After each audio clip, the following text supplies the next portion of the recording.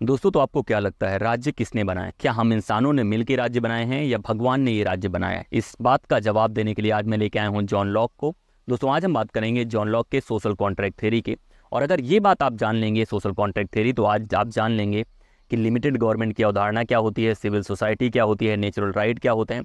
तो इन सारी बातों को जानने के लिए जॉन लॉक के बारे में जानते हैं, उनके सोशल कॉन्ट्रैक्ट थ्योरी के बारे में जानते हैं, और हम जानने की कोशिश करेंगे कि उनका सोशल कॉन्ट्रैक्ट थॉमस हॉब्स के सोशल कॉन्ट्रैक्ट से कैसे अलग है। तो दोस्तों, जॉन लॉक एक इंग्लिश फिलोसोफर हैं जो पैदा होते हैं 1632 में, 1704 तक वो जिंदा रहते हैं।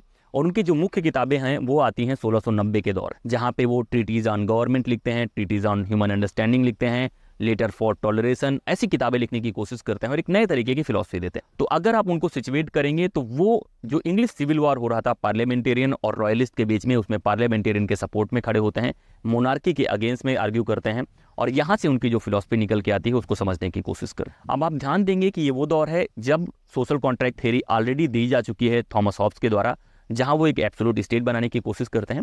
लेकिन थॉमस हॉब्स एक कंट्रोवर्शियल इंसान थे, इस वजह से जॉन लॉक ने उनको डायरेक्ट एड्रेस करके या उनकी किताब का इस्तेमाल न करके एक दूसरे थिंकर को टारगेट करा और उसकी चीजों को कैंसिल आउट करते हुए अपनी सोशल कॉन्ट्रैक्ट थी। उस थिंकर का नाम है रॉबर्ट फिल्मर। उनकी एक किताब आती है पैट्रियार्का, जहां वो बताने की कोशिश करते हैं कि जो राजा है उसका जो अधिकार है या रूल करने का पार है वो उसको कहीं ना कहीं भगवान से मिलता है।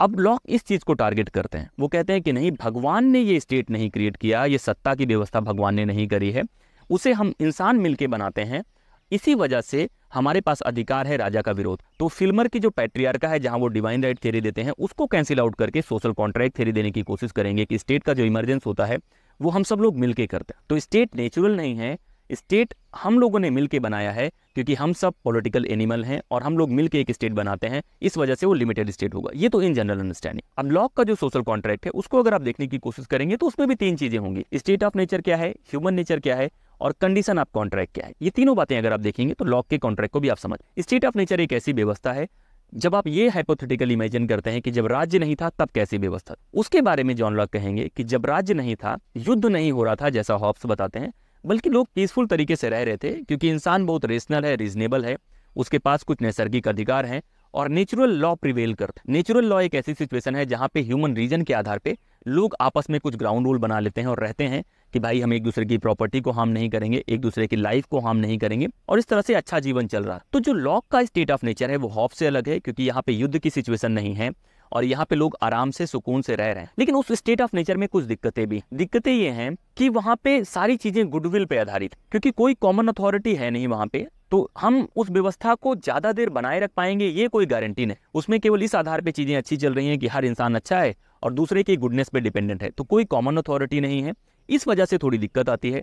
दूसरा है कि जो भी नेचुरल लॉ है, जो चीजें रूल्स एग्जिस्ट करते हैं, उनका कोई कॉमन इंटरप्रिटेशन नहीं, हर इंसान अपने हिसाब से नेचुरल लॉ को इंटरप्रेट करता है, उसके हिसाब से काम करता है। तो जो इंसान अपने ही मुकदमे में जज बना रहेगा वहां पे थोड़ी दिक्कतें आएंगी। इन दोनों दिक्कतों को खत्म करने के लिए लॉक बोलेंगे कि हमें सोशल कॉन्ट्रैक्ट करना चाहिए, ताकि हम एक कॉमन अथॉरिटी बना पाए जो हमारे नैसर्गिक अधिकारों की रक्षा कर। तो इनका जो स्टेट ऑफ नेचर है वहां युद्ध नहीं हो रहा है, इनके स्टेट ऑफ नेचर में जो इंसान है, ह्यूमन है, वो रेशनल है, रीजनेबल है, और हमें जरूरत है एक सोशल कॉन्ट्रैक्ट की, ताकि हम एक सरकार बना पाए जो हमारे नैसर्गिक अधिकार हैं, लाइफ, लिबर्टी, प्रॉपर्टी का, लॉक के हिसाब से उसको बचा पाए। तो लॉक का जो स्टेट ऑफ नेचर है वहां पीसफुल सिचुएशन है, क्योंकि रीजन कहीं ना कहीं डोमिनेट कर रहा है, लोग आपस में मिलजुल के रहते हैं, बस थोड़ी इनकन्वीनियंस है, इसकी वजह से हम सोशल कॉन्ट्रैक्ट क्रिएट कर। अब इनका जो ह्यूमन नेचर है उस दौर में वो बड़ा रीजनेबल है, रीजन है इंसान के पास, रीजन से वो गाइडेड भी होता है, उसके पास पैशन भी है, रीजन भी है। लेकिन जब रीजन पैशन के बारे में बातें होती हैं तो ये बैलेंस आउट करता है। इंसान रीजनेबल है कि उसको लगता है कोऑपरेशन करने में फायदा है, इस तरह से बताने की कोशिश करें। इनका जो ह्यूमन को लेके अंडरस्टैंडिंग है वो बहुत इंटरेस्टिंग है, और इसको आप इनेट आइडियाज जो इनका माइंड इज टैबुला रासा वाले से भी रिलेट कर सकते। तो ये जरूरत सोशल कॉन्ट्रैक्ट की क्यों है वो आपको पता लग गया।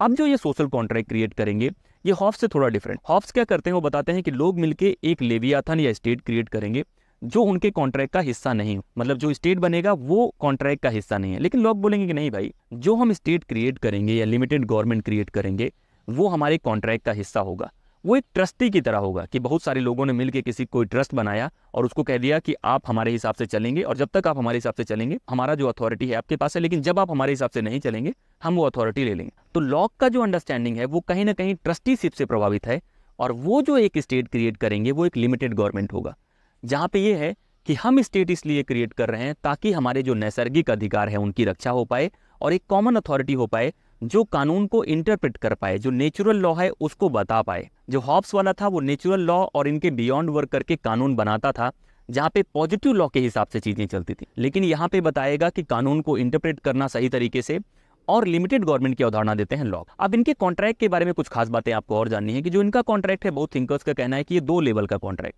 जब आप हॉब्स के कॉन्ट्रैक्ट के बारे में बातें करते हैं तो वहां एक लेवल का होता है, लेवियाथन क्रिएट हो जाता है, वो सोवरेन होता है, वो जो चाहेगा करेगा। लेकिन यहाँ पे 2 लेवल का कॉन्ट्रैक्ट है। पहले लेवल के कॉन्ट्रैक्ट में आप सिविल सोसाइटी बनाते हैं, जब सभी लोग मिल जाते हैं कि भाई हम अपने कुछ अधिकारों को, जज बनने वाले अधिकारों को दे देते हैं और एक स्टेट क्रिएट करते हैं जो हमारे नेचुरल राइट है, लाइफ, लिबर्टी, प्रॉपर्टी, उन तीनों को प्रोटेक्ट करेगा, उसकी देखभाल करेगा। तो पहले लेवल पे हम सिविल सोसाइटी बनाते हैं, एक नागरिक समाज बनाते हैं कि एक्सेप्ट करते हैं कि भाई हम सब रेशनल हैं, रीजनेबल हैं और हम सब कोऑपरेट करना है। दूसरे स्तर पे फिर हम एक स्टेट बनाते हैं, लिमिटेड गवर्नमेंट बनाते हैं। तो ये 2 लेवल का कॉन्ट्रैक्ट हो जाता है। अब इस कॉन्ट्रैक्ट के बाद जो सरकार बनेगी, जो स्टेट बनेगा, वो एक लिमिटेड स्टेट या लिमिटेड गवर्नमेंट की अवधारणा होगी। कहने का मतलब है कि स्टेट ऐसा नहीं है कि वो कोई भी कानून बना सकता, वो कोई भी कानून बनाएगा, कोई भी व्यवस्था बनाएगा, वो कहीं ना कहीं हमारे नेचुरल जो राइट है, नैसर्गिक अधिकार है, उनकी रक्षा करने के लिए बनाया। तो आज के दौर में देखेंगे कि कोई भी देश अच्छा देश तभी कहा जाता है जब वो अपने नागरिकों के अधिकारों की रक्षा कर। हमारे देश में भी फंडामेंटल राइट की व्यवस्था है और जो ये कहती है कि स्टेट चाहे भी तो कुछ अधिकार हमारे नहीं ले सकते। तो इस तरह के जो देश होते हैं उन सब की अवधारणा कहीं ना कहीं जॉन लॉक से प्रभावित। तो ये बातें हैं जॉन लॉक के सोशल कॉन्ट्रैक्ट के बारे में। आपको ये पता लगा कि डिवाइन राइट थ्योरी की वो कैसी कैंसिल करते हैं, रॉबर्ट फिल्मर के अगेंस्ट आर्ग्यू करते हैं। फिर उनका जो सोशल कॉन्ट्रैक्ट है वो थॉमस हॉब्स के सोशल कॉन्ट्रैक्ट से कैसे अलग है। फिर लिमिटेड गवर्नमेंट या लिमिटेड स्टेट की जो अवधारणा है वो कैसे सोशल कॉन्ट्रैक्ट से निकल के आती है। आज के दौर पर अगर आप रिलेट करेंगे तो सबसे ज्यादा जो प्रिवेलेंट व्यवस्था है, जिसे हम लिबरल डेमोक्रेसी बोलते हैं, वो लिबरल डेमोक्रेसी का जो एस्पेक्ट है कहीं ना कहीं जॉन लॉक से आता है, जहाँ पे हम कहते हैं कि जो भी सरकारें होंगी उनका मेन काम है लोगों के अधिकारों की रक्षा। इसीलिए अलग अलग रिपोर्ट आती है कि किस देश में अधिकारों की रक्षा कितनी हो रही है, माइनॉरिटी अधिकारों की कितनी रक्षा हो रही है, देश कैसे फंक्शन कर रहा है। वो कहीं ना कहीं सारी चीजें हम लॉक से प्रभावित होकर कर रहे हैं। तो ये बातें हैं लॉक के सोशल कॉन्ट्रैक्ट के बारे में। और जब भी सोशल कॉन्ट्रैक्ट थिंकर्स की हम बातें करेंगे उसमें सबसे पहला नाम है थॉमस हॉब्स, फिर जॉन लॉक और उसके बाद एक और थिंकर आएंगे रूसो।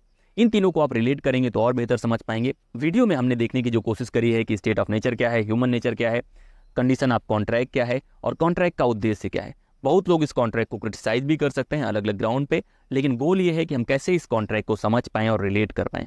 दोस्तों मेरा नाम है संदीप सिंह और लगातार मैं आपके लिए ऐसे वीडियोस लाता रहूंगा। अगली सीरीज में हम देखने की कोशिश करेंगे कि स्टेट ऑफ नेचर क्या है, ह्यूमन नेचर क्या है, टॉलरेशन पे लॉक का क्या विचार है, माइंड इज टैबुला रासा क्या है। ये सारे विचार हम देखने की कोशिश करेंगे इस सीरीज में। जितने भी वीडियोज हैं आप देखिए और कमेंट करके बताइए कि वीडियोस आपको कैसे लग रहे हैं, लोकेशन कैसी लग रही है। इसी तरह के वीडियोस मैं आपके लिए बनाता रहूंगा कहानी के तौर पे, ताकि आप रिलेट कर पाएं चीज़ों को।